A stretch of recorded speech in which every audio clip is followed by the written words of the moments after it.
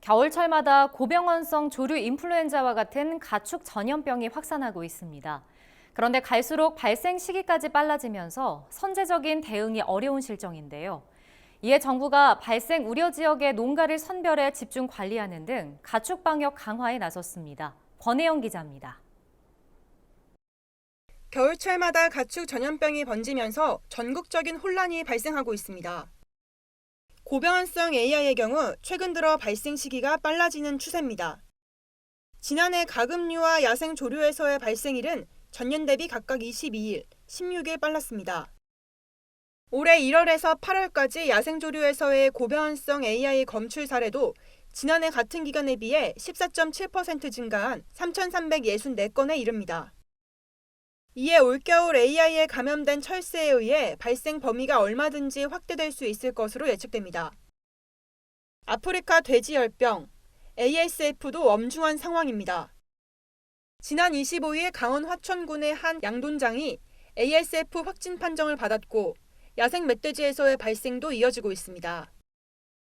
ASF는 지난해 말부터 연중 발생하는 양상으로 올 들어서만 양돈장 10곳에서 확진 판정을 받았습니다.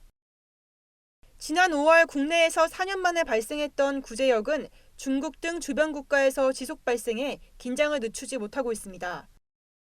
이에 농림축산식품부는 10월부터 내년 2월까지를 가축 전염병 특별 방역 대책 기간으로 정하고 방역 관리를 강화한다고 밝혔습니다. 우선 고병원성 AI 방지를 위해 전국 주요 철새 도래지에 조류 분변 검사를 확대하고 발생 위험이 높은 농가를 별도 선발해 관리할 예정입니다. 과거 조류 인플루엔자 다발 지역인 24개 시군을 선제적으로 조류 인플루엔자 고위험 관리 지역으로 사전 지정해서 농장 점검 강화, 소독 차량 추가 투입, 방역 수칙 홍보 등을 추진하고 중점 방역 관리 지군의 농가 1920호 중에서 지군의 지리적 여건 등에 따라서 발생 위험성이 큰 농가 692호를 선별해서 방역 조치를 강화하게 되겠습니다. ASF는 확진 농가가 나온 강원 화천군을 포함해 발생 우려 지역 13개 시군에 대해 예찰을 강화하고 야생 멧돼지 포획을 집중 추진할 방침입니다. 구제역은 백신 일제 접종 기간을 기존 6주에서 2주로 단축하고 접종이 누락됐거나 유예된 개체를 확인해 추가 접종을 실시합니다.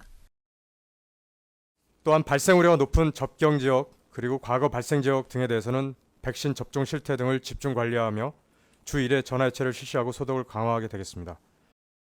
또 농식품부는 빅데이터 기반의 백신 접종 시스템을 구축해 접종 사각지대를 집중 관리할 것이라고 설명했습니다. NBS 권혜영입니다.